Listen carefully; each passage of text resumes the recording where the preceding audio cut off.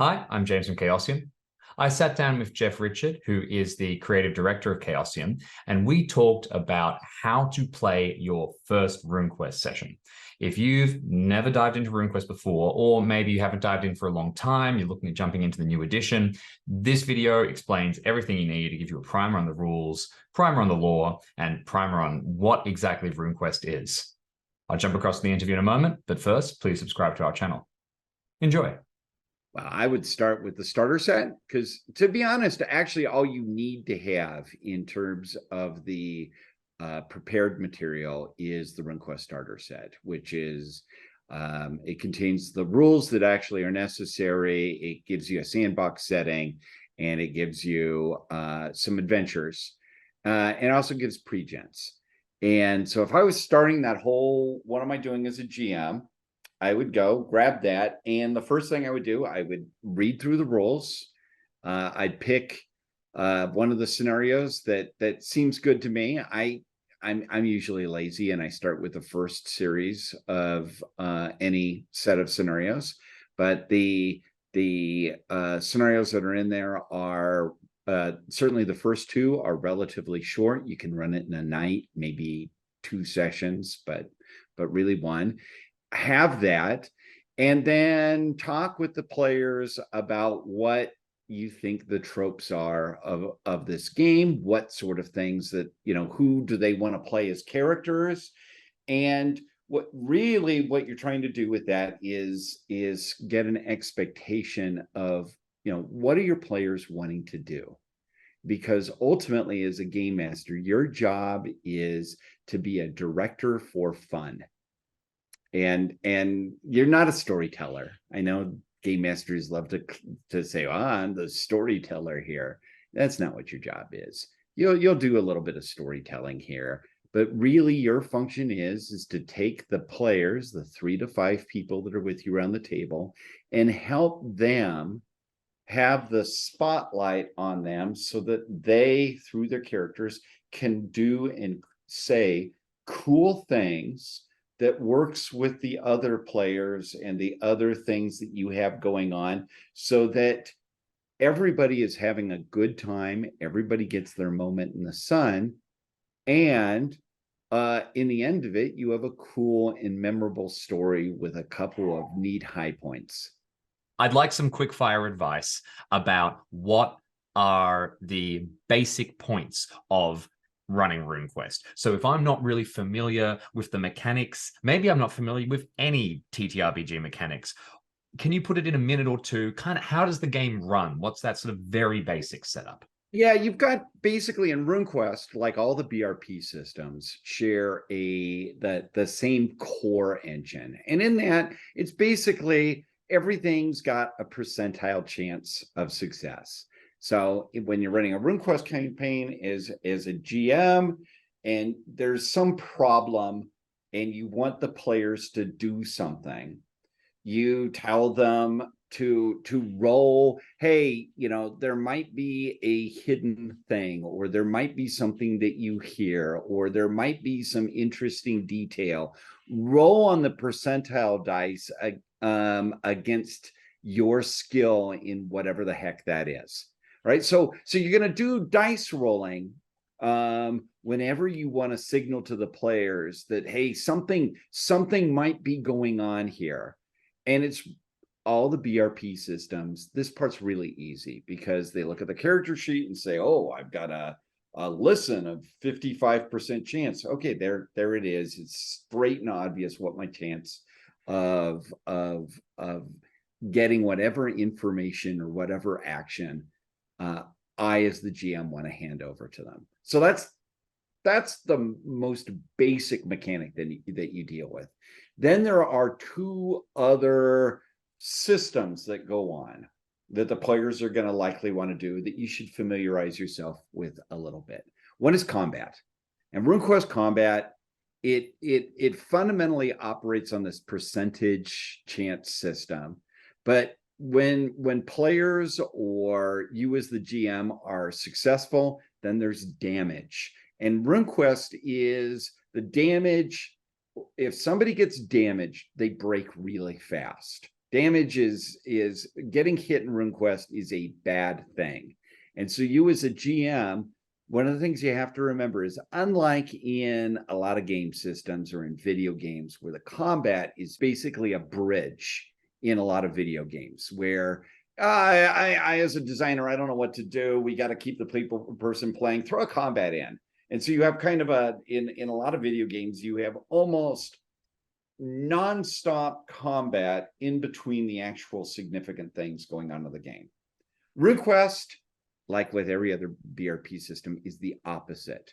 You're going to have combats, but the combats should be really exciting and significant because there's a good chance that the player characters could be maimed or even die during it. So, punctuate these combats sparingly. I, as a general rule, I try to never have more than 2 combats a session, if that. What's the other mechanic? All right, so the other rule system that you're going to have to get your heads around is that every character in RuneQuest is going to have, on average, 2 different types of magical abilities. One small, the other is big. The small one is called spirit magic, and what that is these are relatively small spells or enhancements or protections or whatnot. They basically give the characters kind of an edge one way or another, or let them heal a little bit of damage or have a little bit more protection about stuff. And characters will cast that the most because the player characters get, every day they get their spirit magic back. So they'll be casting that a lot. And you should familiarize yourself as a GM with what sort of stuff that they're likely to do. And then you do kind of the same thing with your NPCs. And then there's rune magic. And rune magic that's the big stuff. That's the major spells that the characters are going to get from their gods that can do really big things, but they can't do them very often because they have a limited number of rune points to power these spells, and getting these rune points back are a pain and a half. And so as a GM, be familiar with these 3 systems that are going on: the general percentage system for skill and ability use, the combat system, and the magical system. I've got a similar question for you. I'm in that same position. I really don't know much about lore this time, not mechanics. I kind of get RuneQuest, it's mythic fantasy, but give me the short version for somebody who really doesn't know anything about Glorantha. It's ancient world mythic fantasy. All right, you don't need to know any lore. You take what's in there in take what's in the starter set and just start there. It's a giant setting. It's a giant and deep setting, just like the real world is. But it's the same advice that I give to people playing or running Call of Cthulhu. You don't need to be experts on every street and alley and social group and theater of the New York City of the 1920s to run a cool session set in the New York City of the 1920s. Just take what you need for your game and ignore the rest.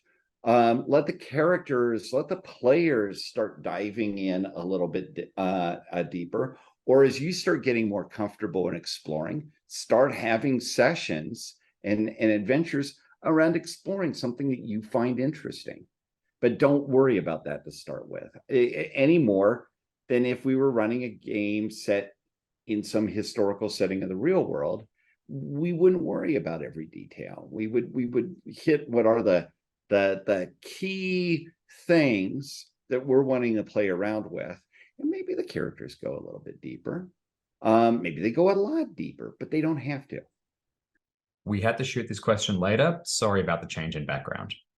What about people who are concerned about getting the lore wrong, either because they're playing with people who maybe are already experienced, or because they don't want to run into contradictions down the line because of something they said and established? So one of the weird things that exists in any RPG or adaptation of a literary setting is you have people that get very stressed if what goes on in their game is different than the setting as described in the books.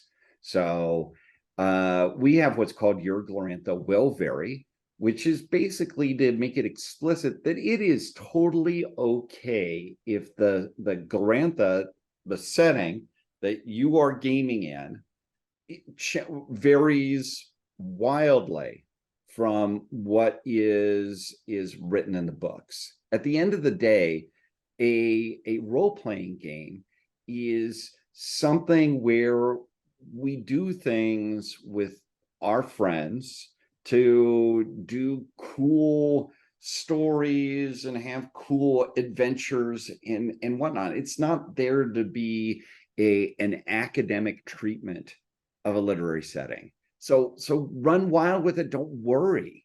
And it doesn't matter what game you're playing. If you're playing Pendragon, don't worry that your version of Pendragon isn't playing around with the entire Arthurian mythos.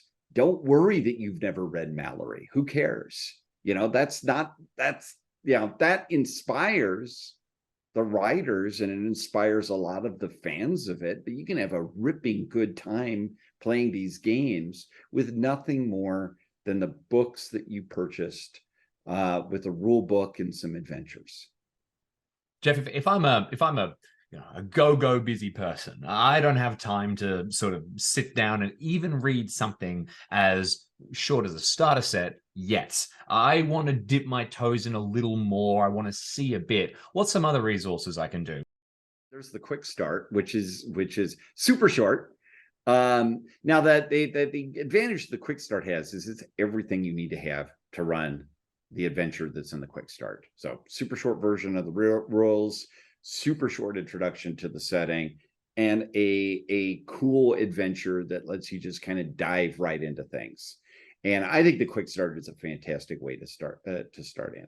What if I want to know the very basics about game mastering? Just like I don't know the lore, just like I don't know mechanics, I've never really game mastered. And that's an interesting thing about this hobby is that there's almost an apostolic succession on game mastering where people learned game mastering by watching other people game master.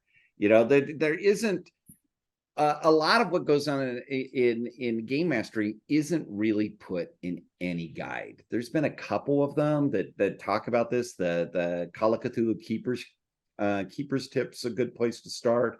Robin Laws did a couple of books, Robin's Guide to Good Game Mastering and Hamlet's Hit Points. But really, there's been very few books, even the books that have been called Game Master's Guides, that really talk about, hey, what am I doing at this table? What am I trying to do here, and how do I do it? They talk about in terms of rules or narrative, peaks and lows, and so forth. At the end of the day, the most important skills that a game master has to learn is, first, how to read my table. Are my players having fun? Are people, can I judge by their body language that this is interesting to them and they want more of this? Or can I judge by the reactions, hey, maybe they want less of that?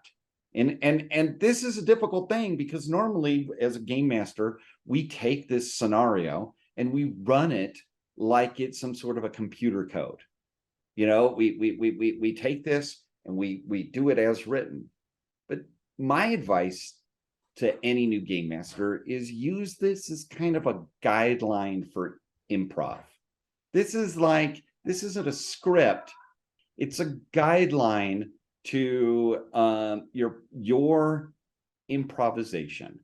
And you should feel as a GM, you should be willing to deviate from that whenever you think that the players will have a better time if I go a little bit more this way or maybe a little bit less this way. Number one most important skill. If you can do that, you're going to be able to handle almost any adventure, and you'll be able to make up adventures.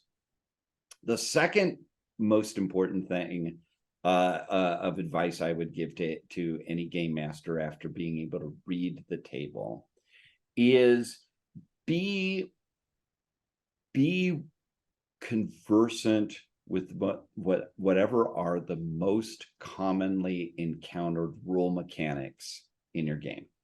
Do a little bit of homework on this, make sure you know how the combat system works. You don't need to know everything, but understand that basic the mechanical flow of whatever the key most repeated activities are, so that you don't have to worry about that and look it up all the time. Minor rules, don't worry about it. Don't sweat it.